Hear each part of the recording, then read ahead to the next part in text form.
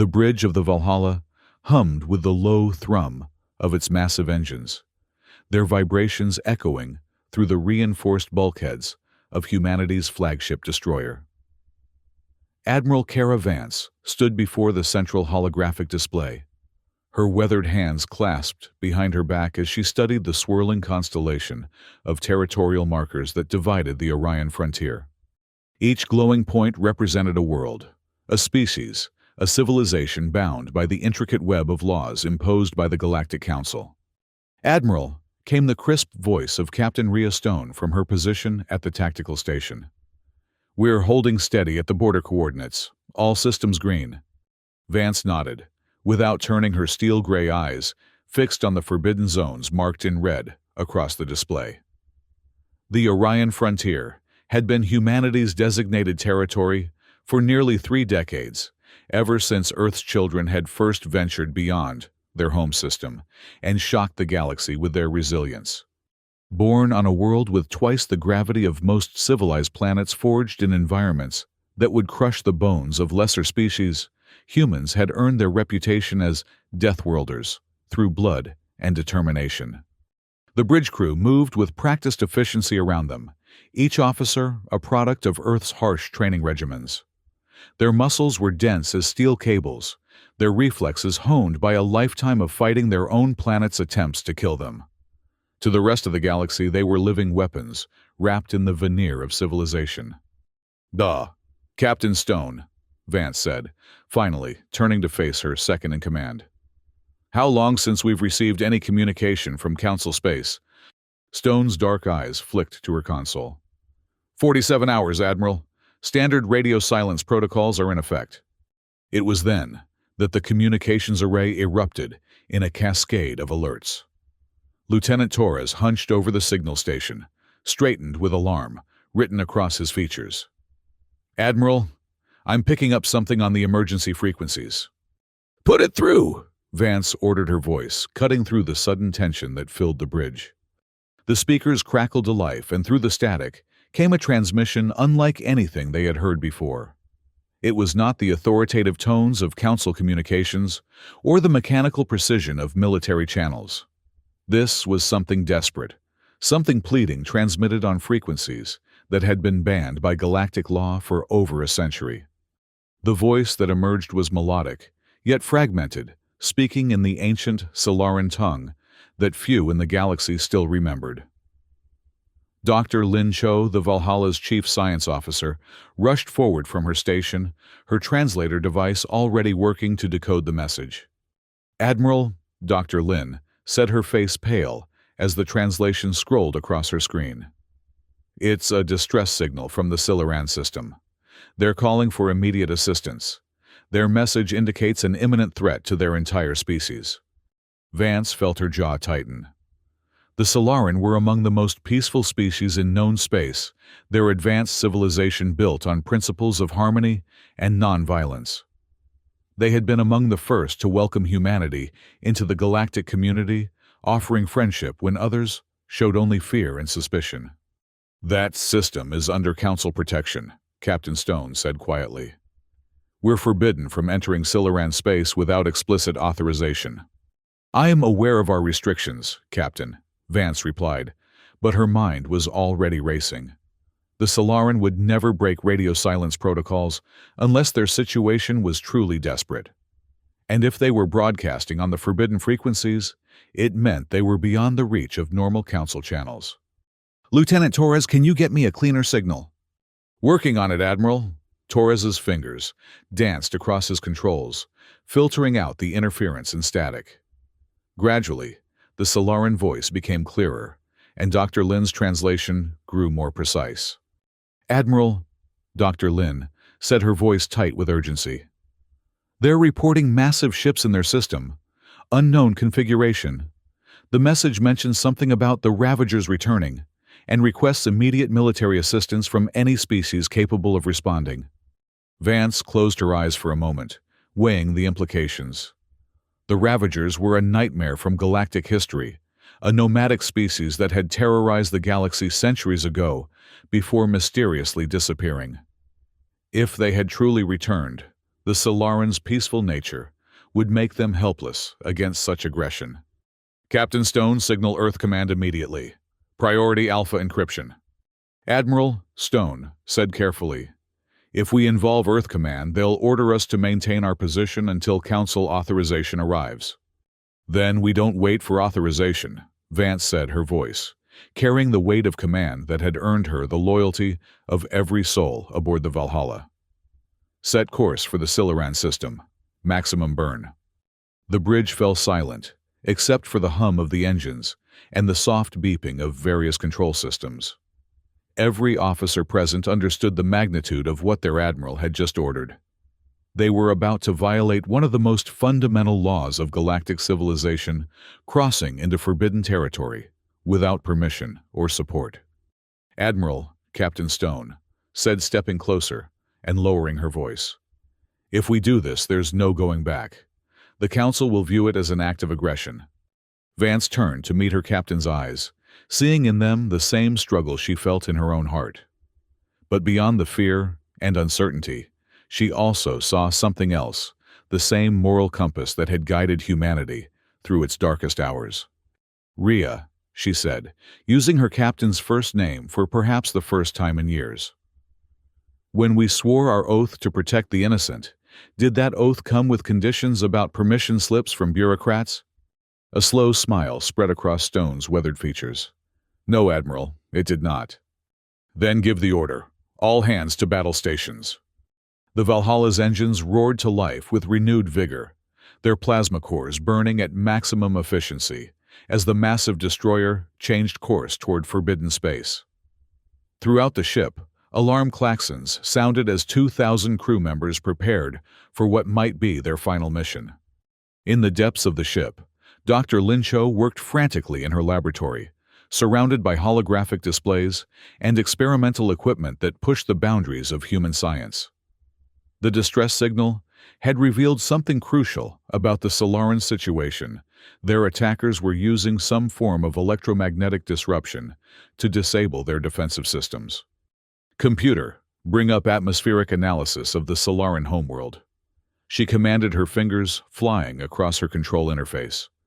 The data that appeared confirmed her hypothesis. The Solaran atmosphere was rich in ionized particles, a byproduct of their unique ecosystem that had allowed their civilization to develop advanced biotechnology. But those same atmospheric conditions created a vulnerability that could be exploited.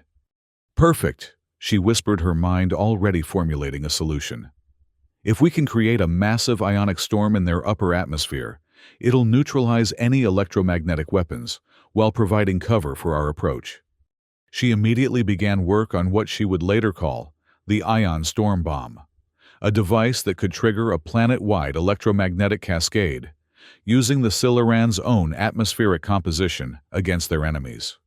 Meanwhile, on the bridge, the crew monitored their rapid approach to the boundary of Council space.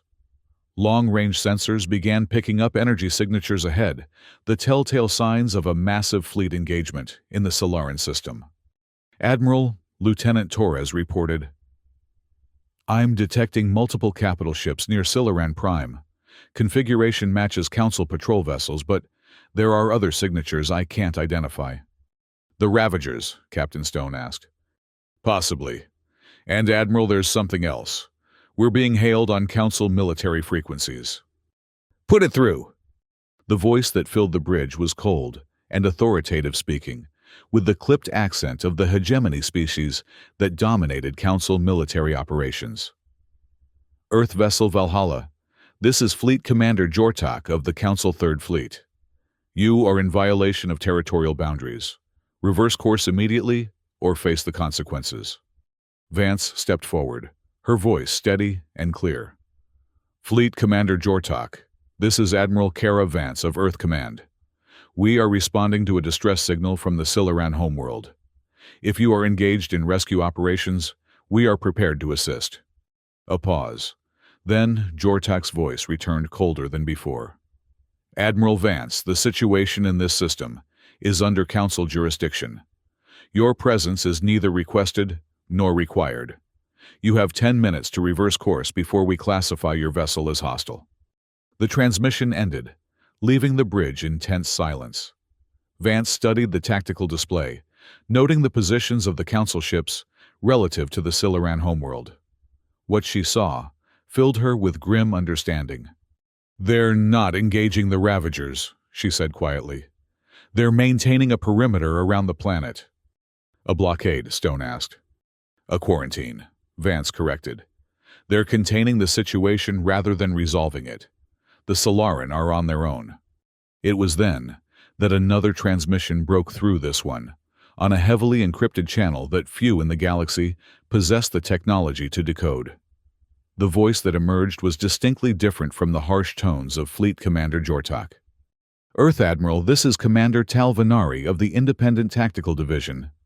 I represent certain elements within the Council who are dissatisfied with current policy decisions."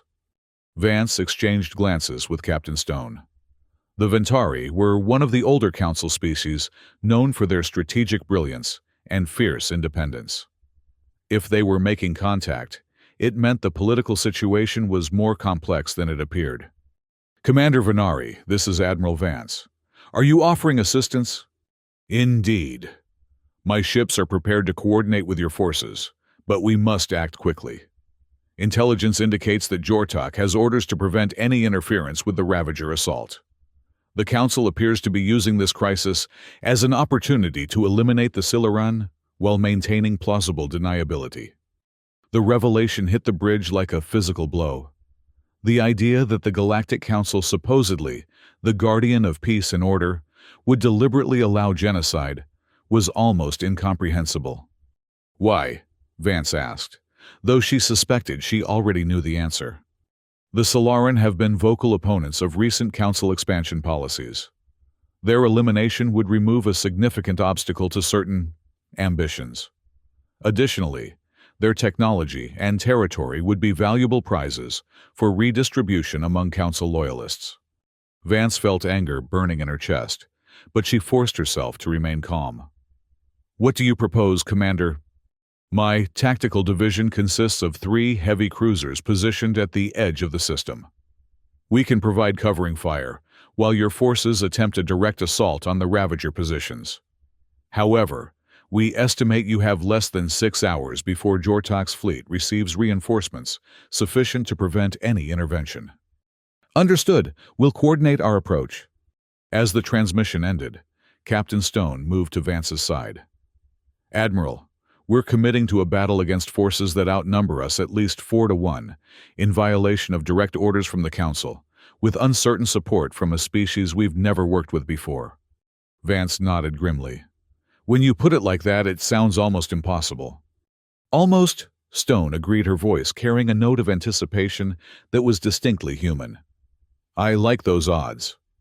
The next few hours passed in a blur of preparation and planning. Dr. Lin completed her ion storm bomb and began coordinating with the Valhalla's weapons team to configure it for deployment. The ship's Marines, led by Captain Stone herself, prepared for what might be the most crucial boarding action in human history. Throughout the ship, the crew worked with a kind of focused intensity that only came when everything they believed in was on the line. They were no longer fighting for territory or resources or political advantage. They were fighting for the right of innocent beings to exist. As the Valhalla approached the edge of the Siluran system, long-range sensors revealed the full scope of the crisis. The Ravager fleet consisted of 7 massive vessels, each one larger than any ship in the human fleet. They moved with the predatory grace of apex predators, their dark hulls absorbing light, like cosmic wounds against the starfield. The Siluran homeworld itself was partially shrouded in clouds of debris and electromagnetic interference. Massive explosions bloomed across its surface, where Ravager bombardment had found its targets. But remarkably, much of the planet's infrastructure remained intact, protected by energy shields that flickered and sparked under the constant assault. "The Siluran are putting up more resistance than expected," Dr. Lin observed from her sensor station. "Their biotechnology seems to be adapting to the Ravager weapons." "How long can they hold out?" Vance asked. "At current rates of degradation, perhaps 8 hours. Maybe less if the Ravagers intensify their bombardment. Vance studied the tactical display, noting the positions of both the Ravager fleet and Jortak's council ships. The council forces had formed a loose perimeter around the outer system, close enough to monitor the situation, but far enough to avoid being drawn into direct combat. "Cowards," Stone muttered under her breath. "No," Vance corrected. "Politicians, which might be worse." The Valhalla's approach had not gone unnoticed. Already, 2 of Jortak's patrol vessels had broken from their formation and were moving to intercept the human destroyer. Their intentions were clear: prevent the Valhalla from reaching the inner system by any means necessary. "Admiral," Lieutenant Torres reported, "Commander Venari's ships are moving into position. They're requesting coordination codes for the assault." "Send them our full tactical database," Vance ordered, "and prepare to drop the ion storm bomb on my command." The first shots of the battle came from the Council patrol ships, their energy weapons lancing across space toward the Valhalla's reinforced hull. But humanity's reputation as Deathworlders extended to their ship design as well. Where other species built vessels, optimized for speed or efficiency, humans built their ships to survive. The Valhalla's armor absorbed the initial barrage with minimal damage, her advanced shielding systems distributing the energy across her massive frame. In response, her own weapons came online, turret-mounted railguns that fired projectiles at a significant fraction of light speed. The first council ship disintegrated under the impact its hull, simply unable to withstand the kinetic energy of the human weapons. The second patrol vessel, seeing the fate of its companion, attempted to withdraw, but the Valhalla's superior acceleration allowed Captain Stone to close the distance rapidly. "Target their engines," Vance commanded. "Disable, don't destroy." Stone's fingers danced across her weapons console with practiced precision. The railgun's next salvo struck the council ship's engine section, crippling it without breaching the hull. The vessel went dead in space, its crew alive, but unable to interfere further.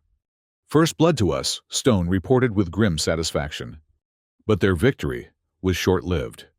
Sensors detected movement from the main council fleet as Jortak's remaining ships began accelerating toward their position. More concerning were the energy signatures from the Ravager fleet, which had apparently decided that the human intervention required direct attention. 3 Ravager heavy cruisers breaking from the bombardment pattern, Lieutenant Torres announced. "They're moving to intercept us." Vance felt her heart rate increase as she studied the approaching enemy ships. Each Ravager vessel was easily 3 times the size of the Valhalla, their hull configurations unlike anything in the galactic databases. They moved with an alien grace that spoke of technology developed along completely different evolutionary paths. "Dr. Lin, how's our ion storm bomb coming along?" "Ready for deployment, Admiral. I've calculated the optimal release point to achieve maximum atmospheric cascade, but we'll need to get much closer to the planet." "How close?" "Within the inner orbital zone. Essentially, we'll need to punch through both the Ravager fleet and any council ships that try to stop us." Vance nodded grimly. It was exactly the kind of desperate, audacious plan that had made humanity famous throughout the galaxy. Captain Stone signaled the marine companies. "Prepare for boarding operations." "Admiral," Stone's eyebrows rose in surprise. "If we're going to deploy the ion storm bomb, we'll need to take out the Ravager command vessel to prevent them from adapting their tactics. That means getting close enough to put a boarding party onto their flagship." Stone's grin was fierce and predatory.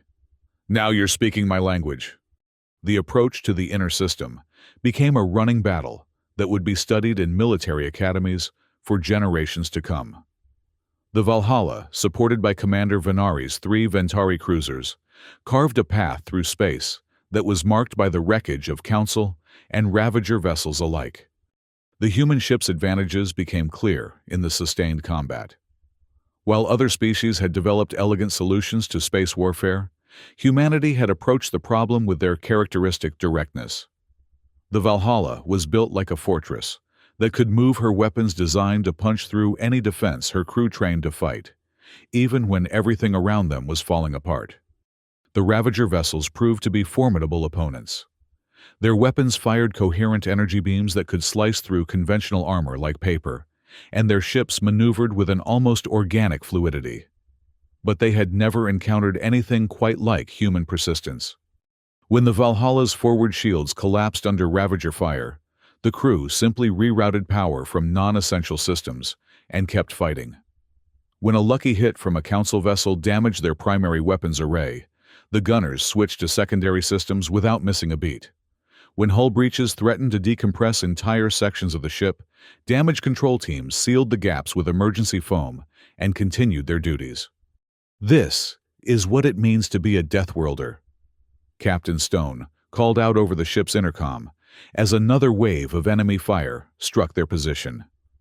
"We don't give up, we don't surrender, and we don't leave innocents to die." The crew's response was a roar of approval that could be felt through the ship's hull.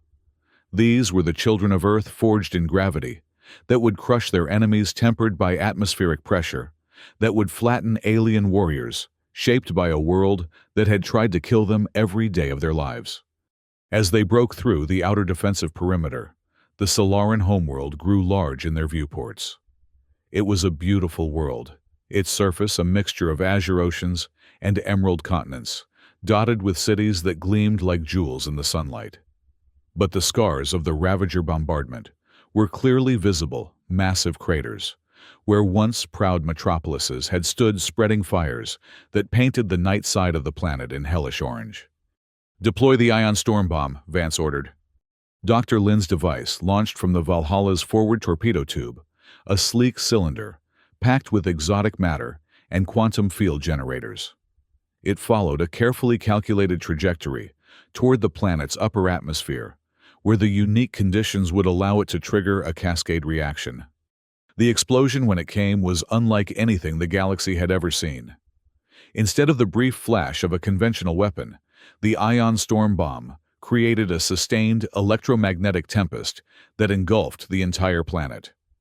Lightning arced between the atmospheric layers in brilliant displays of blue and white, while waves of charged particles swept outward from the detonation point. The effect on the Ravager fleet was immediate and devastating. Their weapons, which relied on precisely controlled energy fields, were disrupted by the electromagnetic interference. Their ships, suddenly vulnerable, found themselves facing the concentrated fire of the human and Ventari forces without their primary defenses. But the ion storm had another effect that Dr. Lin had hoped for.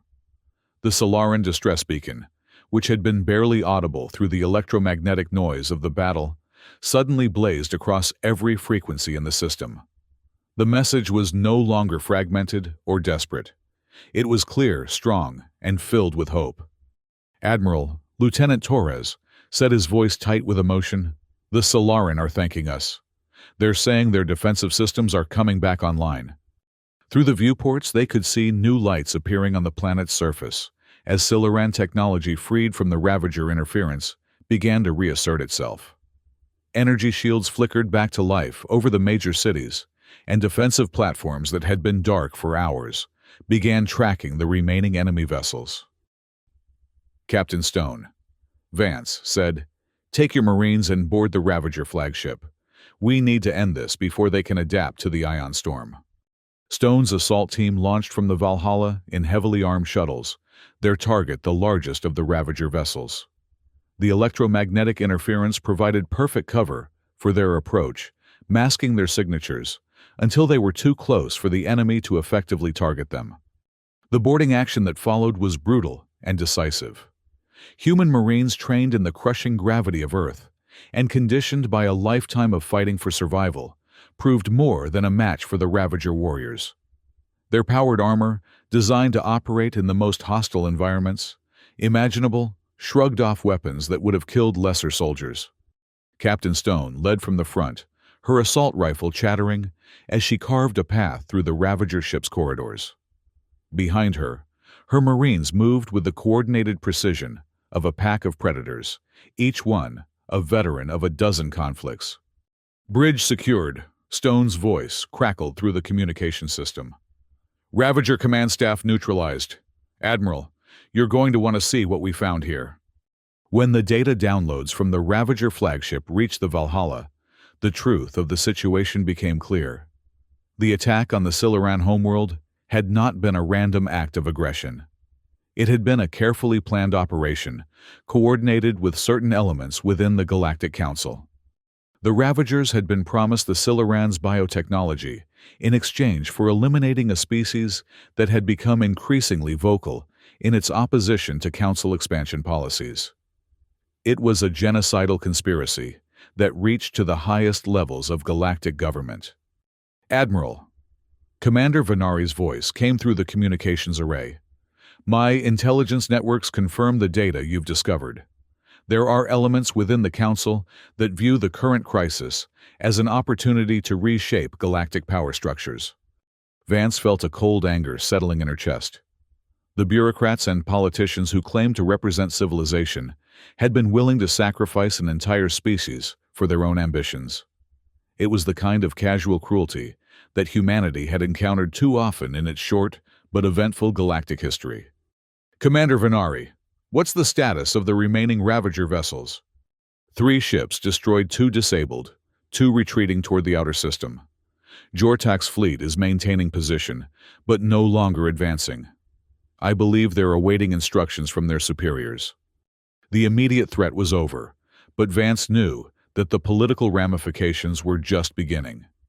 Humanity had violated galactic law on a massive scale, engaged in unauthorized military action, and uncovered evidence of corruption at the highest levels of Council government. "Captain Stone's status report. Ravager flagship secured, Admiral. My teams are downloading their complete database.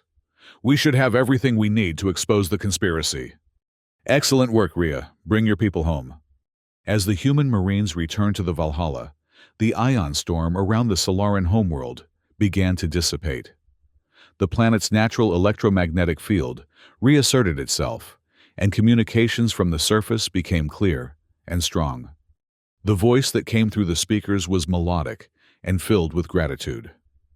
Elder Siluran Yara, the spiritual leader of her people, spoke directly to the human fleet. "Admiral Vance of the Earth ships, we offer our eternal gratitude for your intervention. You have risked everything to save a people you barely know in defiance of laws and powers that could have destroyed you. This is the mark of true nobility." Vance felt her throat tighten with emotion. It had been a long time since anyone in the galaxy had spoken to humanity with such respect and genuine appreciation. "Elder Yara, it was our honor to assist. No being should face extinction alone, regardless of what the law says. Your actions today will be remembered by our people for all time. We formally request permission to establish permanent diplomatic relations with Earth and to offer our technological resources in support of your noble goals." Before Vance could respond, another transmission broke through the channel. Fleet Commander Jortak's voice was cold with fury and barely controlled rage. "Admiral Vance, you and your crew are in violation of 17 different galactic statutes.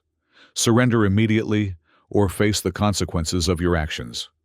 Vance studied the tactical display, noting the positions of the Council ships relative to her own forces. Jortak's fleet still outnumbered them, but the political situation had changed dramatically. The evidence of Council complicity in attempted genocide would be impossible to suppress. "Fleet Commander Jortak," she replied, her voice carrying the authority of someone who had just saved an entire civilization. "I suggest you contact your superiors before making any threats. I believe they'll want to discuss the data we've recovered from the Ravager flagship." A long pause followed. When Jortak's voice returned, it was noticeably less confident. "Admiral, you are ordered to transmit all captured data to Council authorities immediately." "I'm afraid that's not possible, Commander. This evidence will be transmitted directly to Earth Command and distributed to every species in the galaxy. The people have a right to know what their leaders have been planning." It was then that Commander Venari's ships moved into position alongside the Valhalla, their weapons trained on the Council fleet. The political implications were staggering. A respected Council species was openly supporting human actions against official policy.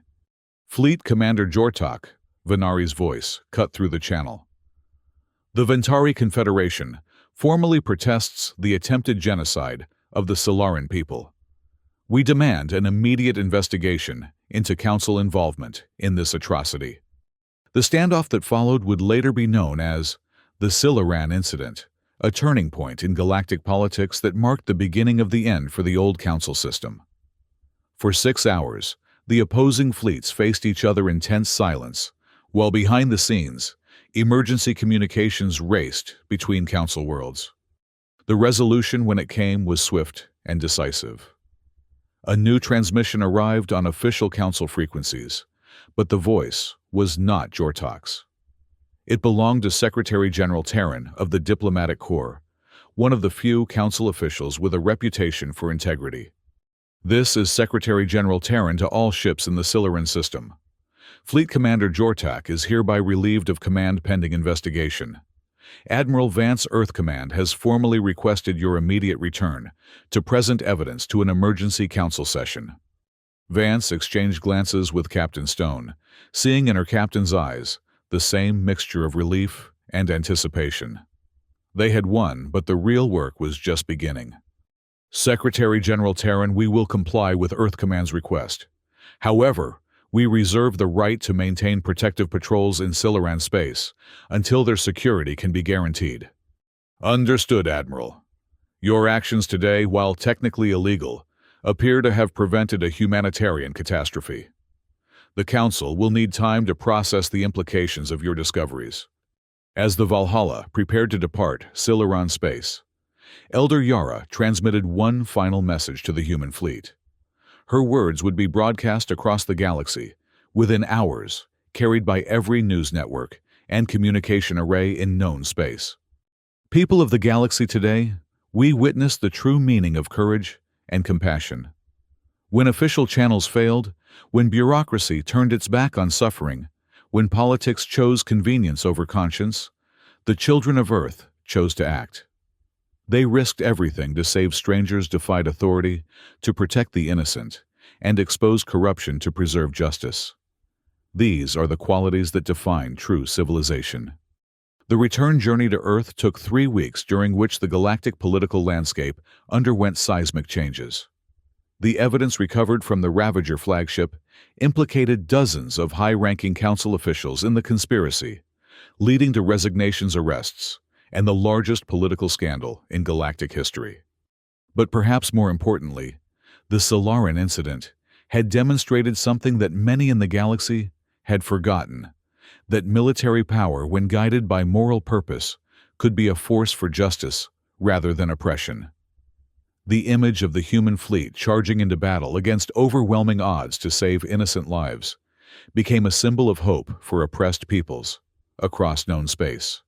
When the Valhalla finally reached Earth, Orbit Admiral Vance found herself facing not condemnation, but celebration. Earth Command, initially prepared to court-martial her for violating orders, instead found itself dealing with a public relations victory of unprecedented proportions. Admiral, Earth Command's senior admiral said during her debriefing, "What you did was reckless, unauthorized, and completely contrary to established protocol." Vance straightened in her chair, prepared to accept whatever consequences her actions had earned. "It was also," the Admiral continued with a slight smile, "exactly what I would have done in your position. Congratulations on a mission well executed." The formal hearings that followed were more ceremony than trial.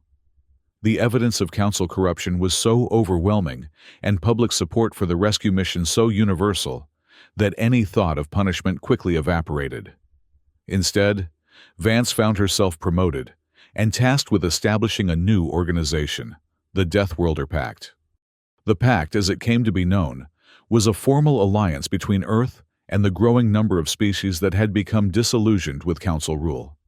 The Solaran were the first to join, offering their biotechnology and peaceful philosophy to balance humanity's military might. The Ventari followed, bringing their strategic expertise and intelligence networks. Within a year, the Pact had grown to include 17 different species, all united by the principle that strength should be used to protect the weak, not exploit them. They established their own space territories, their own trade networks, and their own systems of justice based on cooperation rather than domination. Admiral Vance, now bearing the title of Supreme Commander of Pact Forces, stood once again on the bridge of the Valhalla as the ship patrolled the borders of the new alliance. But this time, she was not alone. Solaran biotechnology had enhanced the ship's capabilities beyond anything previously imagined, while Ventari strategic systems had optimized every aspect of its operation. Admiral, Captain Stone reported from her position. "We're receiving a transmission from the Kelrani system. They're requesting assistance with a territorial dispute." Vance smiled, feeling the same sense of purpose that had driven her to defy the Council in the first place. The galaxy was still full of injustice, still plagued by those who would use power for personal gain rather than the common good. But now there was an alternative, now there was hope. "Set course for the Kelrani system, Captain. Maximum burn." "Aye, Admiral. All hands battle stations." As the Valhalla's engines roared to life and the ship leaped forward into hyperspace, Vance reflected on the events that had brought them to this point. A single distress signal had changed everything, proving that sometimes the most important choices were the ones that seemed impossible to make. The children of Earth had been called the most dangerous species in the galaxy, and perhaps that was true. But they had chosen to use that danger in service of something greater than themselves. They had become the guardians that the galaxy needed, the protectors of those who could not protect themselves. And in doing so, they had discovered that the greatest strength of all was the courage to do what was right, regardless of the cost.